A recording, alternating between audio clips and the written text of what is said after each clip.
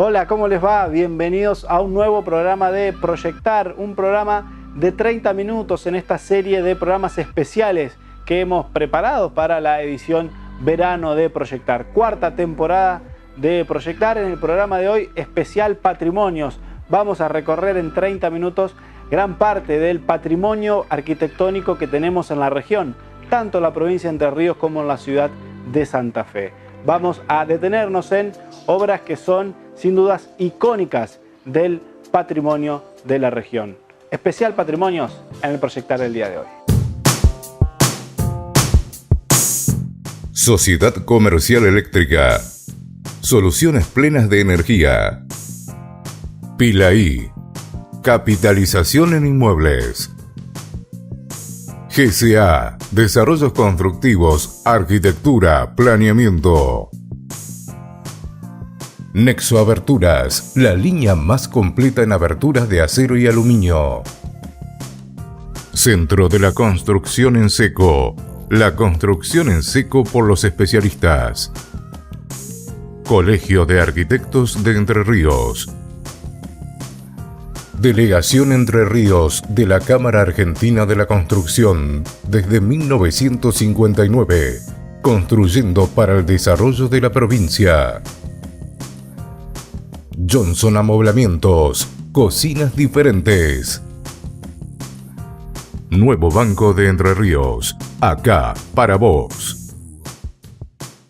Y empezamos el programa de hoy dedicado al patrimonio arquitectónico conociendo el Palacio Arruabarrena. Cuando descubrimos este lugar aquí en Proyectar, titulamos la nota Una casa de París en Concordia. Realmente es eso, es una casa con toda la arquitectura parisina, con materiales que fueron traídos de Europa especialmente para esta casa que construyó Juan Bautista Arruabarrena. Dora Blanche, directora del Museo Provincial que funciona hoy en día en el lugar, nos cuenta la historia de esta vivienda. Esta casa perteneció a Juan Bautista Arruabarrena, fue construida en la década del 20, 1920, para vivienda familiar. Lo compartió con su esposa, Dominga de la Cruz, y sus 10 hijos. Vivió pocos años porque en realidad tuvo una enfermedad que hoy es curable. La casa pasó por muchísimas etapas. Es un edificio neoclásico francés, tiene 40 habitaciones. Nosotros estamos ubicados en el primer piso, donde tenemos salas habilitadas con pequeños segmentos de la historia lugareña y regional. Bueno, a partir de 1920 la casa fue habitada por la familia pocos años, con los hijos mayores que se fueron a vivir al campo, luego los hijos menores que fueron a estudiar a Buenos Aires. Al poco tiempo fallece también la señora y esto pasó, digamos, lo iban a demoler. Pasó al Ministerio de Guerra porque había una relación con el presidente de facto de 1943-1944, Pedro Pablo Ramírez, y por esa relación familiar la casa fue vendida. Fue sede de la Brigada del Ejército durante muchos años, hasta el 75-76, con la idea de trasladarse a Paraná y después demoler este edificio. Una comisión de vecinos se formó porque estaban muy preocupados por esta situación y bueno, pasó después de un trámite a ser de propiedad municipal.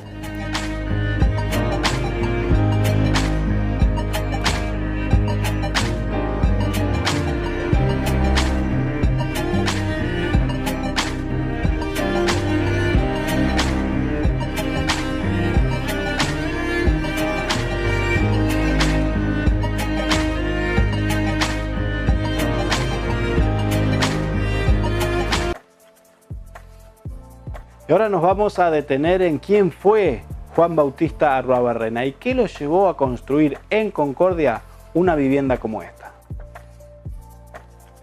Este señor se corresponde con un segmento de tiempo donde la República Argentina tenía un sistema económico agroexportador. Este señor trabajaba el campo y era un hacendado de la región, tenía grandes estancias y toda su producción la exportaba, ligada, ¿no?, al producto agropecuario. Tanto es así que él hacía viajes constantes a Europa, sobre todo a París, y él durante su estadía permanecía en una vivienda exactamente igual a esta. Bueno, y a él parece que le gustó mucho y se compró los planos, le pidió al arquitecto Gabriel Dulin y al constructor Luis Pepey que le construyeran la casa en este sitio, en la esquina de Entre Ríos y Ramírez, en la ciudad de Concordia. La habitaron en el 20, en el 26 él fallece, posteriormente, digo, vivió la señora y, como ya relaté, después tuvo sucesivas ocupaciones.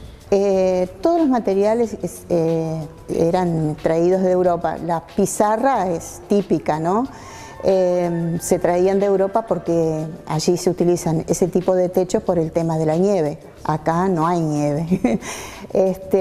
Pero realmente se lo denominó, los ciudadanos de la región lo denominaron palacio, porque para la época de casas chatas, techos de 2 aguas, en esta esquina construir semejante mansión era realmente un palacio.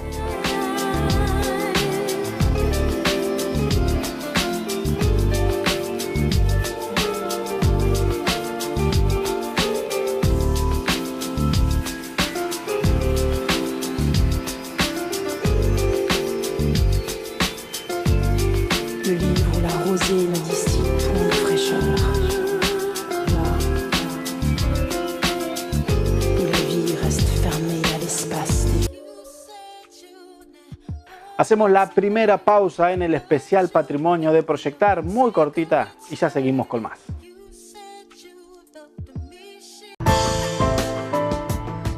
Cocinas Johnson.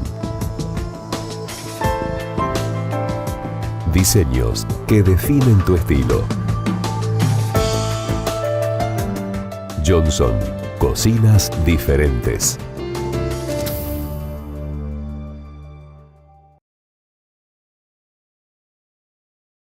Cámara Argentina de la Construcción, Delegación Entre Ríos, desde 1959, construyendo para el desarrollo de la provincia. Encontranos en www.cac-medioentreríos.org.ar o en nuestras redes sociales. Centro de la Construcción en Seco. La construcción en seco por los especialistas.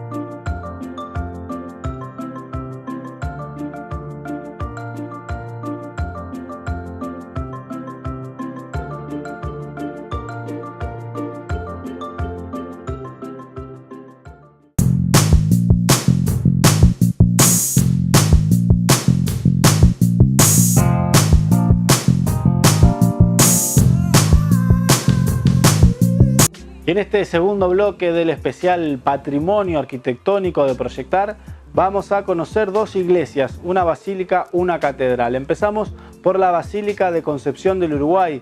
El arquitecto Carlos Canavesi nos va a contar la historia de este imponente edificio construido en 1857 por encargo del propio general Urquiza. La Basílica de Concepción del Uruguay cuenta la historia del arquitecto Carlos Canavesi.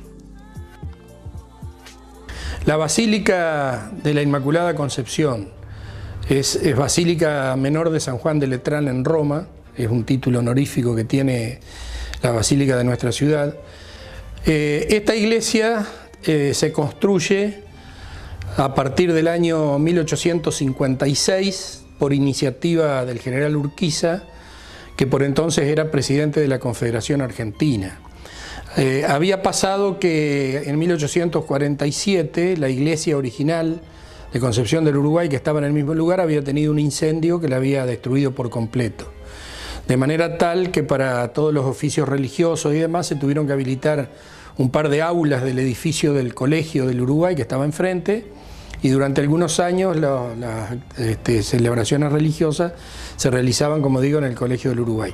En 1856, Urquiza, siendo presidente de la Confederación Argentina, decide construir un edificio religioso acorde a la importancia que estaba tomando en ese momento Concepción del Uruguay. Contrata a un arquitecto italiano llamado Pedro Fossati, probablemente el profesional de más alto nivel profesional que haya actuado en la Argentina en esa época, hablamos 1850-1860. A Urquiza se lo recomienda el cónsul de Cerdeña, que en realidad Cerdeña era lo que hoy es Italia, porque Italia no existía como tal. Lo cierto es que el arquitecto Pedro Fossati, que terminaba de construir nada menos que el Palacio Arzobispal en Buenos Aires, pegado a la Catedral de Buenos Aires frente a la Plaza de Mayo, edificio que fue incendiado en la jornada de junio de 1955, antes del derrocamiento de Perón. El autor de ese edificio había sido el arquitecto Pedro Fossati. Viene a Concepción del Uruguay, realiza un proyecto, prepara un presupuesto, Urquiza lo aprueba y la iglesia se construye prácticamente en un tiempo récord, porque arrancan en los primeros meses de 1856 y para principios de 1859 estaba terminada. Es una iglesia en cruz latina, es decir, una nave central larga con un brazo de crucero, cúpula sobre el crucero, 3 naves, una nave central y 2 naves laterales. Esas torres fueron agregadas alrededor de 1950, cuando se hizo una gran restauración del edificio. Es un edificio íntegramente construido en mampostería de ladrillo, no hay estructura portante de ningún tipo. Originariamente tenía una cubierta en bóveda de cañón corrido, que después, a finales del siglo XIX, por algunos problemas de filtraciones que tuvo, se tuvo que cubrir con una cubierta a 2 aguas de chapa, que es lo que vemos hoy exteriormente. Esa cubierta de chapa, la única función que tiene es cubrir la bóveda original que está por debajo, que había, debido a la alternancia en estar expuesta al sol y al frío de la noche y demás, se había fisurado y había producido filtraciones de agua. Esas filtraciones de agua produjeron la caída de algunos de los elementos ornamentales del interior de la iglesia y se llegó a un extremo que hoy sería impensable, que la Municipalidad de Concepción del Uruguay clausuró la iglesia. Y entonces los curas protestaron y entonces levantaron la clausura total y solamente le dejaron libre la nave lateral del lado norte, y el resto de la iglesia estuvo clausurada hasta que la arreglaran. Bueno, dio la casualidad de que en ese momento se estaban haciendo obras portuarias en nuestra ciudad, había ingenieros muy capacitados y ellos fueron los que, digamos, dispusieron la construcción de esa nueva cubierta de chapa 2 aguas que cubre la bóveda de cañón corrido original que está por debajo. Cambiamos de la costa del Uruguay nos venimos a la costa del Paraná y vamos a recorrer el edificio de la Catedral de Paraná, construido en 1883, una obra del arquitecto Juan Bautista Arnaldi. Fernando Ponce nos va a contar la historia de este lugar, un ejemplo del renacentismo europeo, algo que nos remite más al siglo XV que al XIX, pero realmente que es una obra arquitectónica digna de conocer, la Catedral de la ciudad de Paraná. Un edificio monumento histórico nacional desde el año 1942. La piedra basal se colocó en el año 1883 y es una obra del arquitecto italiano Juan Bautista Arnaldi. Es el 4º edificio que se construye en el mismo lugar. Los 2 primeros se demolieron por cuestiones constructivas Y el tercer edificio, muy importante para la historia urbana de Paraná, porque fue la famosa iglesia matriz, es decir, la iglesia cuando Paraná fue capital provisoria de la Confederación Argentina. Lamentablemente ese edificio se demolió cuando surgió la generación del 80, y esa generación del 80 tuvo como modelo arquitectónico Europa, Francia, Italia, y todo lo que era sinónimo de español se lo demolía y se construían edificios a la época para llegar a instalar en las ciudades ese famoso modelo o ese lema paz y administración.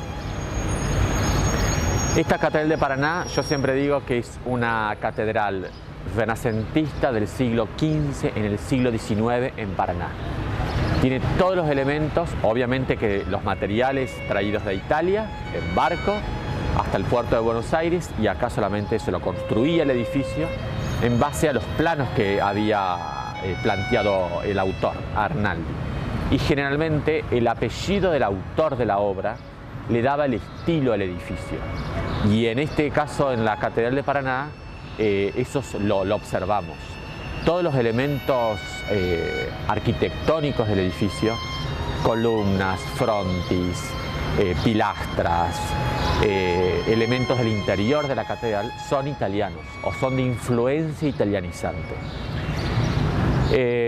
Yo podría decir que la Catedral de Paraná es el edificio patrimonial más importante de la provincia, no solamente por el tamaño que tiene, que casi ocupa toda la cuadra, esa callecita que actualmente se la llama Papa Francisco, sino por el valor histórico, social, cultural, simbólico que tiene en la ciudad de Paraná, puntualmente, y más en la Plaza Primero de Mayo. Arquitectónicamente yo podría plantear que es una catedral de tres naves, una nave central y dos naves laterales. En la intersección con el crucero se ubica la cúpula de 75 metros de altura. Es una iglesia deambulatoria, eso significa que mientras se produce la ceremonia para los católicos más importante, que es la misa, los fieles podemos deambular detrás del altar. Hay un espacio de permanencia detrás del altar.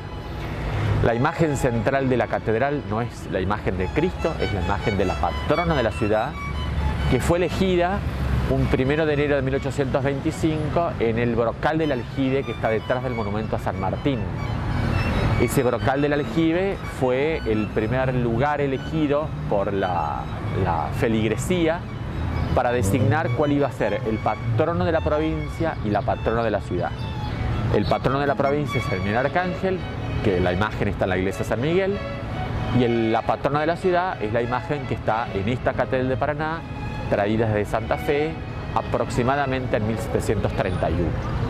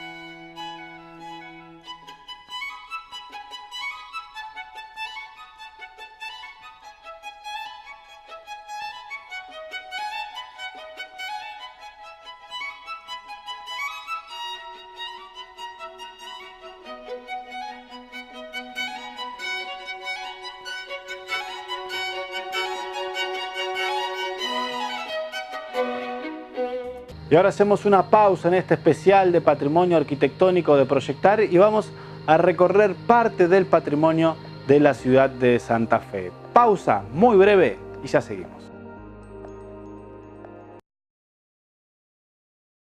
Para que tu empresa funcione, necesita un banco que la acompañe.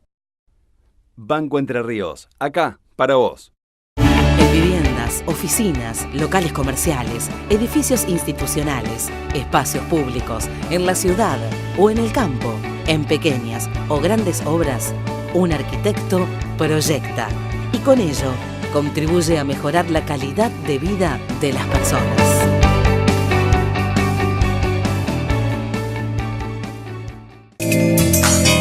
Centro de la Construcción en Seco. La construcción en seco por los especialistas.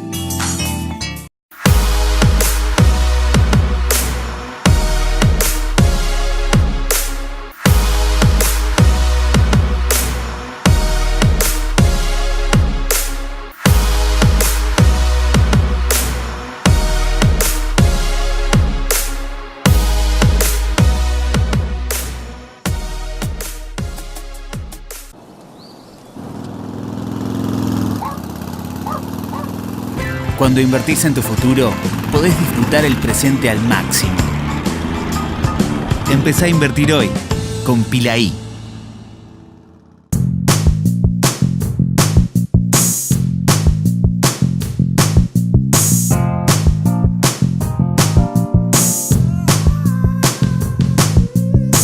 Último bloque del especial de Patrimonio Arquitectónico de Proyectar. La arquitecta Laura Tarquini nos va a contar los diferentes aspectos que podemos encontrar en el patrimonio construido en la ciudad de Santa Fe, la diversidad que tiene la ciudad de Santa Fe y su patrimonio arquitectónico.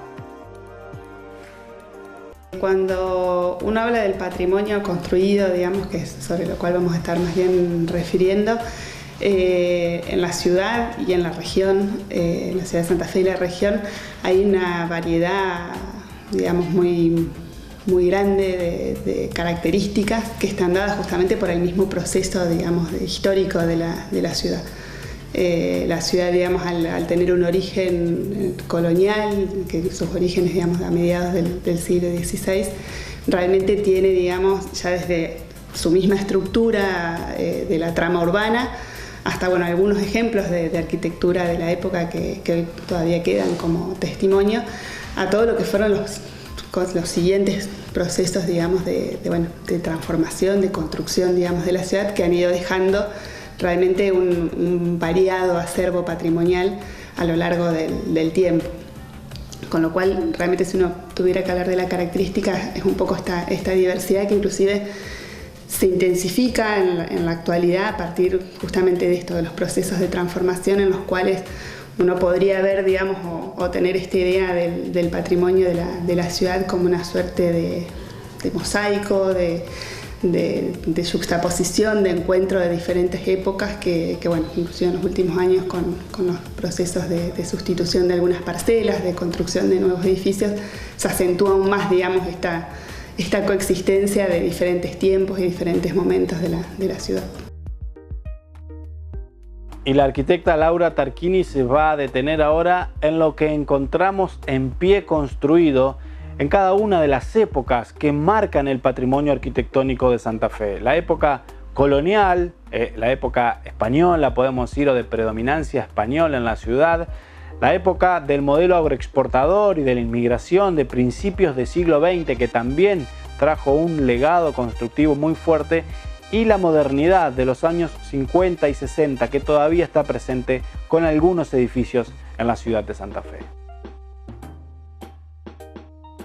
De la época colonial quedan muy pocos ejemplos, porque justamente también un poco lo que fue el proceso, digamos, post-independencia del país, todo este pasado se veía como un pasado negativo, con lo cual, bueno, la misma construcción de los nuevos edificios fueron paulatinamente sustituyendo, más también una arquitectura que en muchos casos tenía en sus mismas técnicas constructivas y materiales cierta precariedad, y hicieron, digamos, que nuestro pasado colonial, a diferencia de Perú, por decir algún lugar, realmente perviviera menos, digamos, en el tiempo. Pero acá en la ciudad concretamente está, bueno, el convento y la iglesia de San Francisco, o sea, todo este solar data, digamos, de los primeros años de la ciudad. Lo que es hoy el Museo Histórico Provincial que funciona en lo que era la Casa de los 10 Andinos, que está ubicado, digamos, en diagonal a la plaza fundacional, la Plaza de Mayo. Está la Casa de los Aldaos, que también está muy próximo de la Plaza, digamos, de Mayo, que también es una casa del periodo colonial. La misma manzana de los jesuitas, digamos, la iglesia data de aquel primer momento, la catedral también, digamos, si bien con sucesivas transformaciones y completamientos y cambios, digamos, en la fachada, también su digamos, estructura primera tiene origen, digamos, en esa primer ciudad, digamos, colonial. Básicamente lo que es el manzanero, digamos, o sea, la fundación de nuestras ciudades, la fundación española de las ciudades traía, digamos, esta estructura, digamos, de manzana y de fundación a partir de una plaza central, digamos, que era donde se congregaban los del poder religioso y las instituciones principales de gobierno, digamos, y bueno, realmente eso es una marca que después, aún más allá de las fundaciones, digamos, de ciudades españolas, se mantuvo en el tiempo y aún también las sucesivas extensiones en el territorio se siguieron haciendo respetando, digamos, esa cuadrícula, digamos, que es característica de nuestras ciudades, digamos, la cuadrícula extendida en la gran planicie, digamos, en la extensión del territorio. Sociedad Comercial Eléctrica. Soluciones plenas de energía. Pilaí. Capitalización en inmuebles. GCA. Desarrollos constructivos, arquitectura, planeamiento. Nexo Aberturas, la línea más completa en aberturas de acero y aluminio. Centro de la Construcción en Seco. La construcción en seco por los especialistas. Colegio de Arquitectos de Entre Ríos. Delegación Entre Ríos de la Cámara Argentina de la Construcción desde 1959, construyendo para el desarrollo de la provincia. Johnson Amoblamientos, cocinas diferentes. Nuevo Banco de Entre Ríos, acá para vos. Y esto fue todo por el Proyectar del día de hoy, especial de patrimonio arquitectónico. La semana que viene volvemos con otro programa especial aquí en Proyectar, recorriendo distintos aspectos de la arquitectura, la construcción, el urbanismo, la obra pública y el patrimonio arquitectónico de la provincia de Entre Ríos y de la ciudad de Santa Fe. Encontrás todo nuestro material en redes sociales, Proyectar TV, nos encontrás en YouTube, Facebook e Instagram. El contenido del programa de hoy y de estas 4 temporadas que venimos realizando el programa. Nos vemos la semana que viene. Que tengan buena semana.